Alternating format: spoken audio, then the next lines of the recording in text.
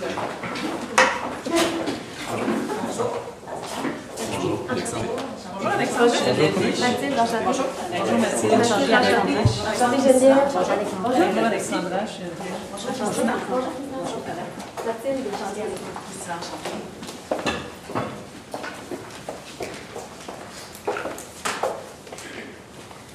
Chaque équipe dispose de 20 minutes afin de présenter son cas au juge.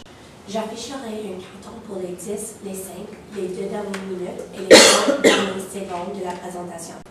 Lors des 10 dernières secondes du discours, j'indiquerai à l'aide de mes 2 mains le nombre de secondes restants.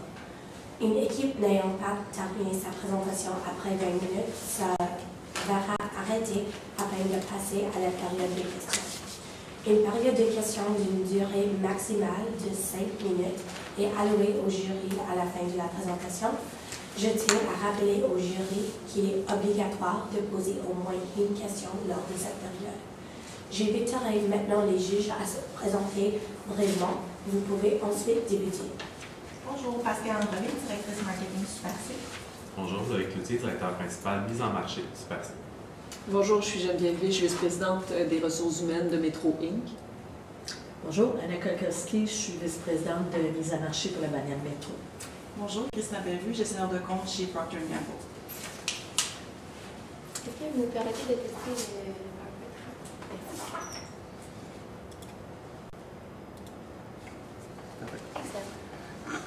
Moi, je suis quelqu'un qui adore cuisiner, mais je peux perdre des heures à chercher des recettes parce que j'aime ça découvrir des nouveaux produits, essayer des nouvelles recettes. Moi, quand je vais à l'épicerie, c'est rare que je me fais une liste. Donc, c'est très souvent que je vais d'une façon un peu plus impulsive et ça fait en sorte que j'ai très peu de repas pour la quantité que j'ai achetée. Pour ma part, je vais vous avouer que ce que j'aime, c'est une entreprise, c'est quand ils font l'effort de savoir c'est quoi mes habitudes d'achat, puis quand ils viennent me proposer des choses personnalisées.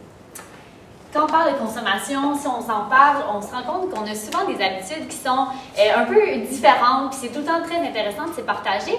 Mais au bout du compte, ces habitudes-là vont venir converger vers un même point, puis on aime tout ça, par exemple, que nos besoins soient compris, que nos habitudes de consommation, qu'ils soient bien comprises et qu'on reçoive des offres qui sont personnalisées. Super C, vous œuvrez à tous les jours dans la consommation, plus précisément dans la nourriture. Un domaine qui est hautement intéressant, la nourriture, c'est du bonheur, c'est plein de petits plaisirs, puis c'est le fun de travailler là-dedans. Avant de commencer, laissez-moi vous présenter mes collègues Mathilde Léger, Alexandre Bilodeau et je me présente, Alexandra Corriveau. Nous sommes de la firme Catalyse. Catalyse, qu'est-ce que c'est? C'est un peu dans le même principe qu'un catalyseur. On travaille pour des gens, on ajoute des idées et comme un catalyseur, on crée la meilleure réaction pour vous proposer les meilleurs résultats. Votre mandat aujourd'hui que vous nous aviez confié, eh bien, c'est d'aller chercher des nouveaux milléniaux, donc de recruter des nouveaux milléniaux, les retenir, les fidéliser, et tout ça en augmentant le panier d'achat, la valeur de panier d'achat moyen en épicerie. Eh bien, pour ce faire, on va vous présenter tout d'abord le contexte dans lequel vous devez naviguer quotidiennement. Ensuite, on va vous présenter le public cible qui devra être ciblé. Par la suite, évidemment, la stratégie qui va vous convenir, sa mise en œuvre. On va vous présenter un budget ainsi qu'un échéancier, des indicateurs de performance pour vous assurer que cette stratégie-là est efficace pour finalement conclure la présentation.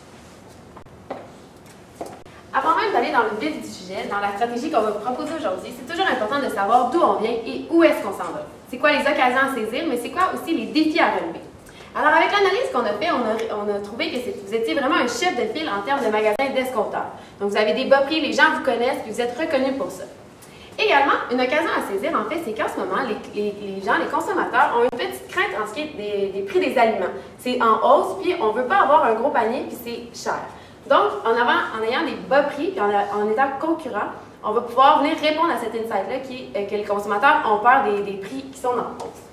Aussi, vous avez une excellente perception de la qualité, ce qui peut faire peur des fois aux consommateurs. Quand on a des bas prix, on se demande est-ce que les produits vont être de qualité. Chez Super C, vous l'avez super bien. Donc, c'est quelque chose qu'il faut garder et qu'on va l'utiliser dans notre stratégie. Également, vous avez une acquisition, en fait, c'est Métro qui a acquis Miss Fresh. Vous vous demandez avec où on s'en va avec ça. Je vous en dis pas plus, mais je peux juste vous dire que c'est peut-être une occasion qu'on pourra aller saisir, d'aller utiliser ce modèle-là qui a été fait avec Miss Fresh, avec Métro.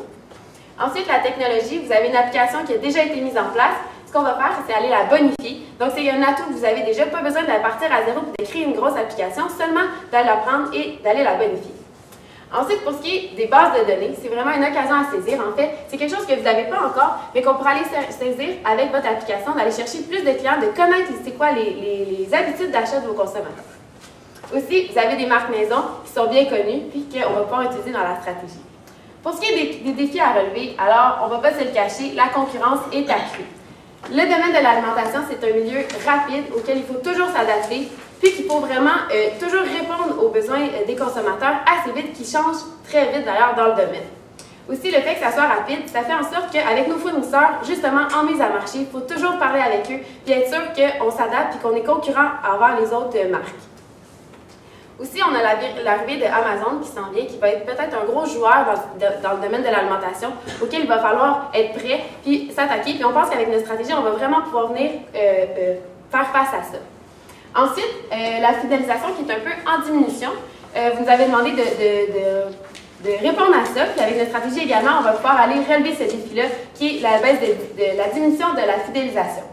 Aussi, on a un peu plus de misère, moins d'occasion de convertir les foyers québécois, parce qu'en fait, ce qu'on veut dire par là, c'est que les gens vont de plus en plus dans différents magasins pour aller faire leur épicerie, surtout les milléniaux. Ils vont aller dans différents magasins, ils ne sont pas fidélisés à une marque, donc on a plus de difficultés à les convertir. Ça va être un défi à relever, mais avec notre stratégie béton, on croit qu'on va réussir à venir répondre à tous ces beaux défis. Donc maintenant qu'on sait d'où on vient, c'est bon de savoir à qui on veut parler. Vous nous avez parlé des milléniaux. Mais nous, on va aller chercher un peu, savoir c'est qui la personne, c'est qui qu'on veut vraiment parler. Donc nous, on vous présente Alex. Alex est un homme et une femme. C'est sûr que pour ce type de projet-là, de type de campagne, on veut s'assurer de parler aux deux. Parce que la problématique reste la même. En fait, c'est un souci d'argent, c'est un souci de simplicité et c'est une génération, les milléniaux, qui sont portés à vouloir cuisiner, à vouloir être intéressés par tout ce qui est la nourriture d'aujourd'hui. Donc, on vous présente Alex.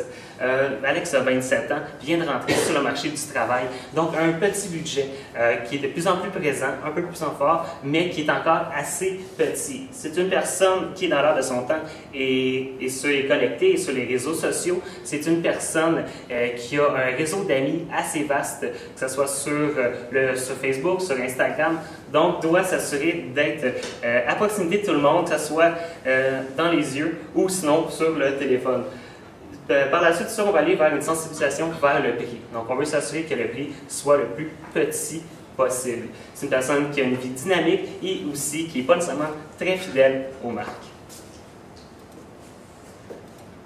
Alors, avant même d'aller dans le vif du sujet de la stratégie, pour vous présenter qu'est-ce qu'on fait, qu'est-ce qu'on vous propose de faire, c'est important d'avoir des objectifs pour savoir si on va y répondre, puis aller avec nos indicateurs de performance, répondre à ces objectifs-là. Ce qu'on vous propose aujourd'hui avec notre stratégie, c'est d'aller répondre à ces trois objectifs-là, qui est d'attirer les nouveaux milléniaux en augmentant les parts de marché de 2 pour Super C et d'augmenter la valeur du panier moyen de 5 On veut aussi aller augmenter la fidélisation des milléniaux auprès de Super C. Maintenant, on arrive au moment probablement le plus attendu, la stratégie. Eh bien, cette stratégie-là est basée sur un positionnement très clair. Ce qu'on propose à Super C, c'est de proposer une offre qui est personnalisée et innovante au goût du jour, évidemment, pour offrir des produits de qualité et tout ça à bas prix. Pour ce faire, cette stratégie-là va avoir un slogan bien à lui, un slogan très simple, ton menu, ton budget. Le slogan est efficace et simple, mais il dit très bien l'objectif de cette campagne-là, qui va être de proposer un menu pour ton budget. Maintenant qu'on vous a énoncé ce slogan, un peu donner une petite idée de la stratégie vers laquelle on va aller, on trouvait que c'est important de vous mentionner dans quel élément, dans quel moment de la journée on va aller cibler Alex. Parce qu'Alex, c'est vraiment lui qu'on va aller chercher, mais quand est-ce qu'on va aller le chercher? Donc Alex, on va aller chercher au réveil, dans son transport en commun. On va également aller chercher à sa pause café pour qu'il vienne voir nos offres de produits. On veut que quand il revienne au travail, on aille le chercher et qu'il aille faire son épicerie. Mais aussi, on va aller chercher dans ses réunions entre amis. On veut aller le fidéliser puis qu'il aille chercher ses amis pour qu'ils viennent aussi. Maintenant, on va vous présenter c'est quoi la stratégie qui va aller dans chacun de ces moments-là. Donc, savoir un peu plus concrètement, c'est quoi la stratégie. On a décidé de faire la stratégie en 3 phases. D'abord, c'est sûr qu'on va voir l'implication de boîte de repas, qu'on va vous expliquer un peu plus tard. Nous avons l'application mobile. Vous avez déjà l'application mobile, mais qui est plus un niveau du circulaire. Donc, nous voulons apporter quelques modifications pour qu'il y ait un ensemble, en fait, que les trois stratégies puissent travailler ensemble. Et aussi, il a une présence web, parce qu'on sait qu'Alex est connecté, donc on veut aller la rejoindre de la façon la plus facile et a toujours son téléphone avec, donc sur le web va être la meilleure façon. L'élément important de cette stratégie-là, c'est le volet des boîtes repas. Donc, ce qu'on propose, c'est vraiment de venir créer une boîte repas qui va être personnalisée et adaptée au goût d'Alex. Ce qu'on veut faire, c'est vraiment d'offrir une boîte repas qui va offrir des ingrédients. Ces ingrédients-là vont être pris pour faire des recettes. On va offrir les recettes aussi. Puis, Alex va pouvoir donc prendre la boîte repas, aller cuisiner les recettes à la maison. Ça va être des recettes qui vont être simples, qui vont être efficaces, qui vont être nutritives aussi. Évidemment, l'objectif principal de cette boîte repas-là, c'est d'être capable de l'offrir pour un bas prix, parce que c'est une des valeurs même de Super C d'offrir des aliments à bas prix. C'est une tendance de nos jours, les boîtes repas, c'est quelque chose qui est très intéressant pour Alex de consommer, puis qui répond à son besoin d'une offre personnalisée, de goûter à la nourriture, mais tout ça pour un prix réduit. C'est pour ça qu'on va proposer dans le fond une boîte repas avec un prix pour un montant fixe par portion.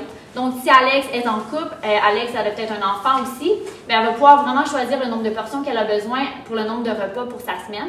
Puis tout ça va être offert à un bas prix. Le troisième élément de cette boîte de repas-là, c'est que ça va être une cueillette en magasin qu'on propose.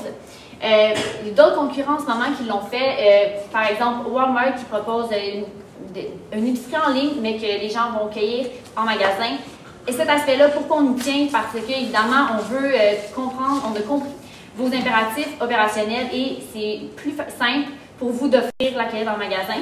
Du côté d'Alex, ça n'a pas d'inconvénient parce qu'elle va pouvoir passer rapidement en épicerie, ramasser cette boîte repas-là et faire le reste de l'épicerie si elle veut y acheter des choses, mais au moins elle va s'assurer d'avoir des recettes complètes à bas prix. Maintenant qu'on vous a parlé des boîtes repas, qui est vraiment un fait intéressant, puis qu'il n'existe pas encore des boîtes repas à bas prix, qui pourraient être vraiment votre atout, vous avez demandé de développer votre application mobile puis de l'enrichir pour vraiment répondre aux milléniaux qui sont vraiment connectés. Premièrement, ce qu'on vous propose d'aller faire avec votre application, c'est de la bonifier en ayant des inscriptions et des cartes de membres. En fait, avec Métro et moi, en ce moment, vous avez le programme Métro et moi avec la carte de membre où les gens ont des points et ils reçoivent des chèques. Ça, c'est quelque chose que les milléniaux adorent. Ils adorent être récompensés pour ce qu'ils achètent. C'est comme ça qu'on va aller les chercher davantage. Ce qui serait vraiment bien avec Super C, c'est d'appliquer le même principe que vous avez utilisé pour Métro et moi avec votre carte de membre. En plus de ça, c'est du gagnant-gagnant. Vous apprenez sur qu'est-ce que vos consommateurs consomment, en fait, c'est quoi leur tendance, puis vous avez une base de données pour leur envoyer des infolettres. Puis, en échange, vous leur donnez une récompense, donc c'est du donnant-donnant avec vos consommateurs. Les consommateurs pourraient accumuler des points et puis avoir des remises en chèque, mais ça serait le même principe que Métro et moi, mais pour Super C. Ensuite, ce qu'on vous propose, c'est un peu audacieux, c'est d'aller avec une circulaire personnalisée. En ce moment, dans le domaine alimentaire, c'est quelque chose qui s'en vient. Puis là, je vais venir la mise en marché qui va me dire, mais là, comment on va faire pour faire une circulaire personnalisée pour chaque personne, puis aller demander aux fournisseurs de nous donner des produits? C'est pas ça qu'on veut dire. Ce qu'on veut dire, c'est de mettre de l'avant les produits dans la circulaire qui a été déjà établie pour chaque consommateur. Donc, c'est simplement, en sachant l'attitude d'achat, de mettre à la première page, quand les gens vont aller sur l'application, les produits qui sont en lien avec sa consommation à lui personnellement. En ce moment, c'est un circulaire PDF, donc ça ne fonctionnerait pas.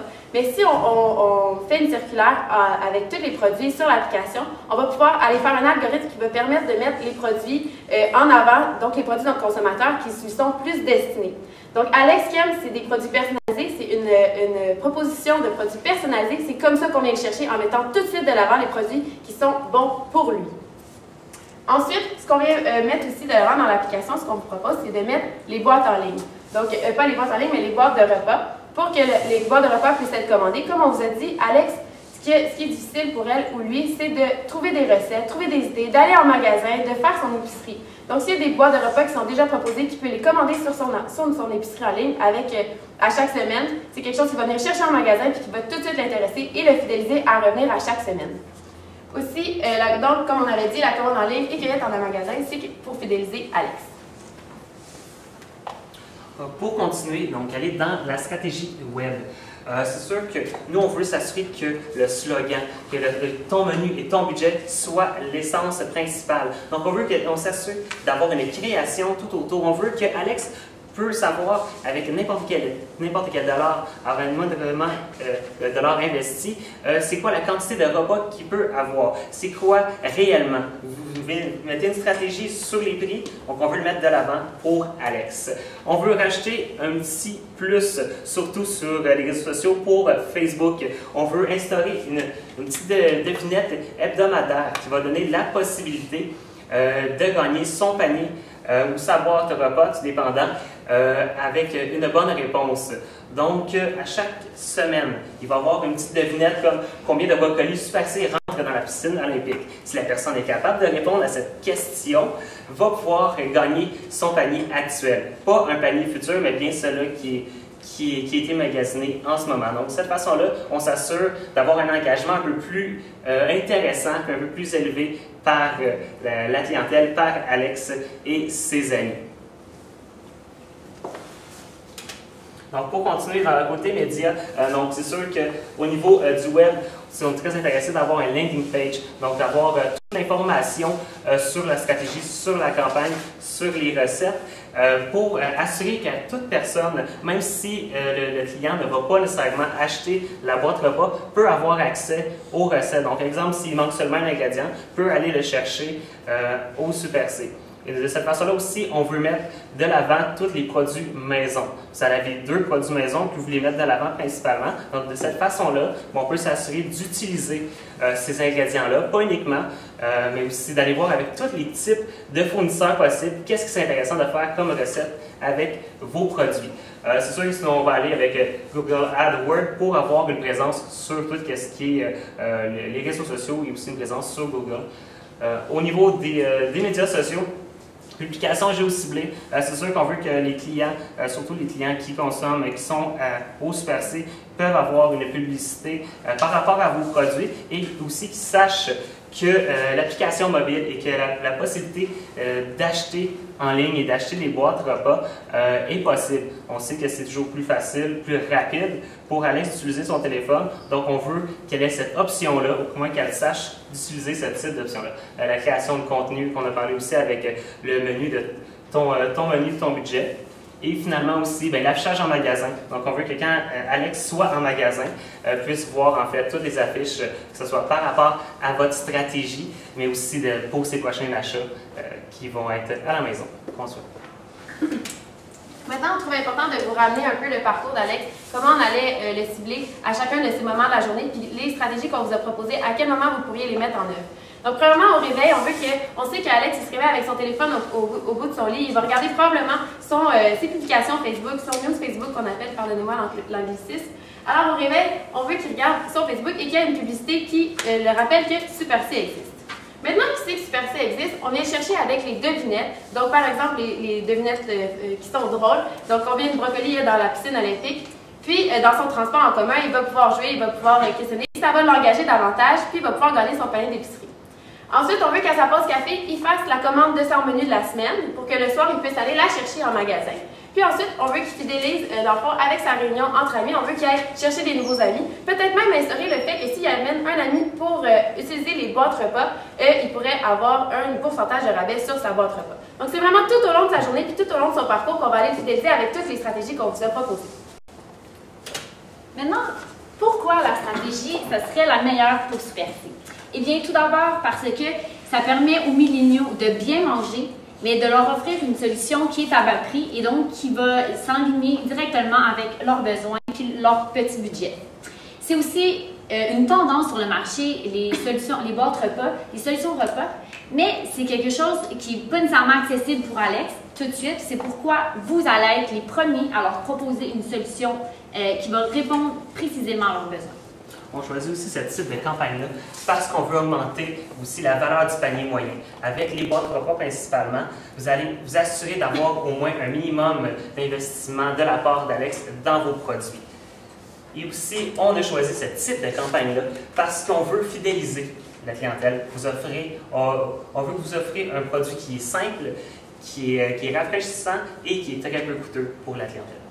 Enfin, ce qu'on a parlé depuis le début, c'est avec cette stratégie-là, on est sûr que vous allez offrir des offres personnalisées, puis c'est ça qui va venir chercher vraiment les milléniaux. Aussi, ça vous permet de mettre davantage les produits des marques parce que même dans les boîtes repas que vous allez fournir, vous allez pouvoir mettre davantage vos produits maison et même faire collaborer vos fournisseurs pour ces boîtes de repas-là également. Donc, pour le développement durable, on veut s'assurer qu'il y ait une section les mal-aimés. Quand on parle des mal-aimés, je parle des fruits, je parle des légumes qui ne sont pas nécessairement attrayants à l'œil. Donc, on veut s'assurer qu'il y ait une section pour eux, que ce soit autant en magasin qu'en ligne, qu'il y ait une possibilité d'aller chercher ces aliments-là pour un prix moindre. Donc, cette façon, au moins, réutiliser et de cette façon, la personne va s'assurer d'avoir soit des aliments très beaux ou sinon, si elle veut aider les mal-aimés, d'aller vers ce type d'aliments-là. Pour ce qui est maintenant de l'échéancier, on va y aller brièvement, mais si vous avez des questions, on va pouvoir y revenir plus tard. On vous a fait un échéancier sur 1 an, comme vous avez demandé, donc en 3 mois, 6 mois et finalement 12 mois. Ce qui va être vraiment en mise en place en 1er mois, ça va être de mettre en place tout ce qui est de la mise en place du système des boîtes repas, bien sûr, la laine des pages, la création de contenu, pour ensuite aller vers le lancement de l'amélioration des applications et le lancement des boîtes repas. Puis ensuite finir avec l'affichage en magasin, puis vraiment le programme de fidélisation, mettre tout ça en place au cours de l'année. Maintenant, pour le budget, eh bien, on vous propose cette stratégie-là pour un budget de 400 $. Une majeure partie va être investie, donc soit dans l'application mobile, l'adaptation, dans les boîtes repas, évidemment, et puis le reste, ça va être au niveau du web. Pour les indicateurs de performance, c'est sûr qu'on va aller principalement avec les chiffres, donc les ventes par client, les ventes totales, mais aussi par tous les comptes qui vont être créés et utilisés avec l'application pour s'assurer qu'il y ait une notoriété qui se fait et une fidélisation.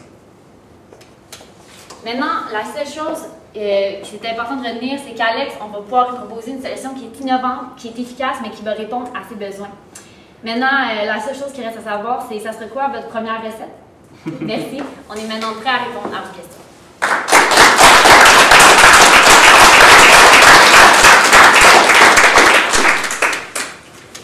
Une question, vous mentionnez les boîtes repas. Je pense qu'un des avantages des ventes chez Super C, ce serait qu'elles pourraient être offertes à moindre coût ou à moindre prix.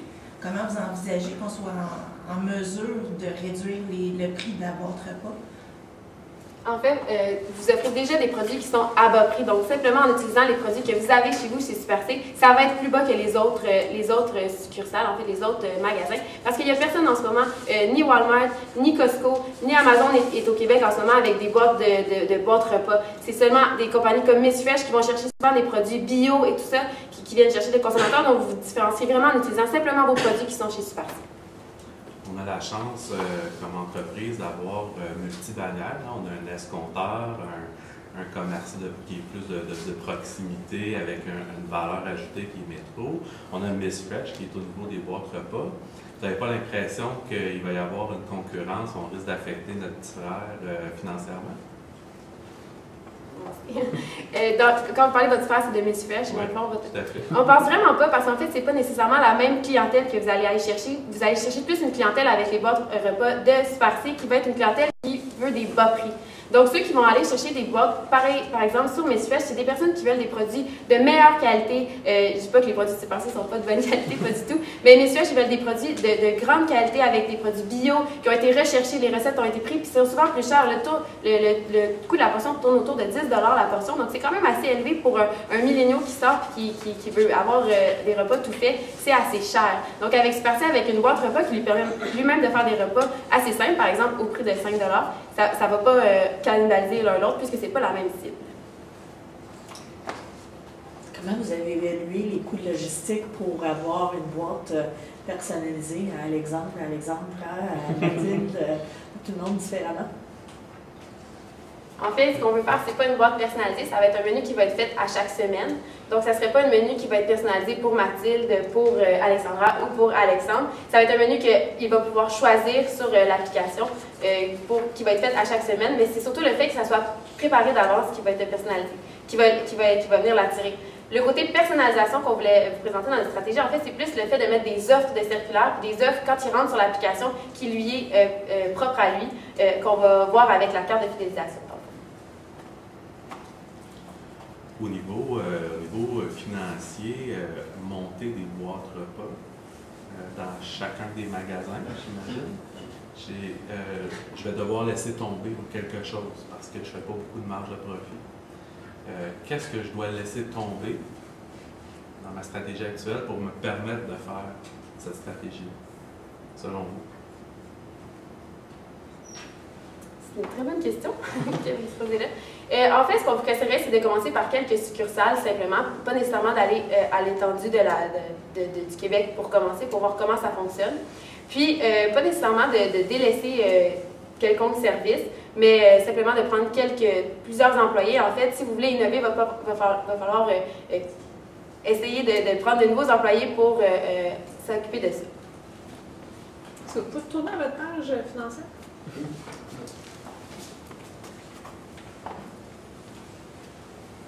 Fait que pour un investissement de 400 000, c'est bien, vous avez prévu 10 de dépassement de coût. Fait que pour 400 000, vous prévoyez un retour sur l'investissement sur quelle période?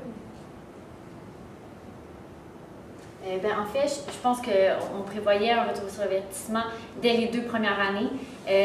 L'objectif, c'est vraiment de commencer rapidement puis d'offrir une solution qui est efficace puis innovante.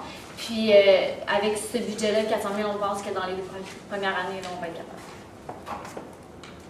Puis si moi je représente la bannière métro et que dorénavant Super C commence à offrir les mêmes services qui sont aujourd'hui offerts à la bannière métro, donc le web personnalisé et autres options, comment on différencie les 2 bannières, un de l'autre? Ça va être principalement sinon sur les produits que vous allez offrir. La clientèle est différente entre le métro et le Super C. Donc, c'est vraiment là-dessus qu'on veut jouer. On veut juste s'assurer qu'une personne, même qui s'achète des produits de la compagnie Super C, ait accès aussi à ce type de campagne, de stratégie que Métro va avoir. Donc, c'est sûr qu'on ne veut pas canaliser la clientèle, mais on veut juste s'assurer qu'il y ait aussi des possibilités différentes que juste l'achat en magasin. Donc, c'est vraiment au niveau des produits. La clientèle va rester la même, c'est l'accès qui va être différent. Là, puis il y a 2 questions. Vous avez été chanceux en avant. Bravo!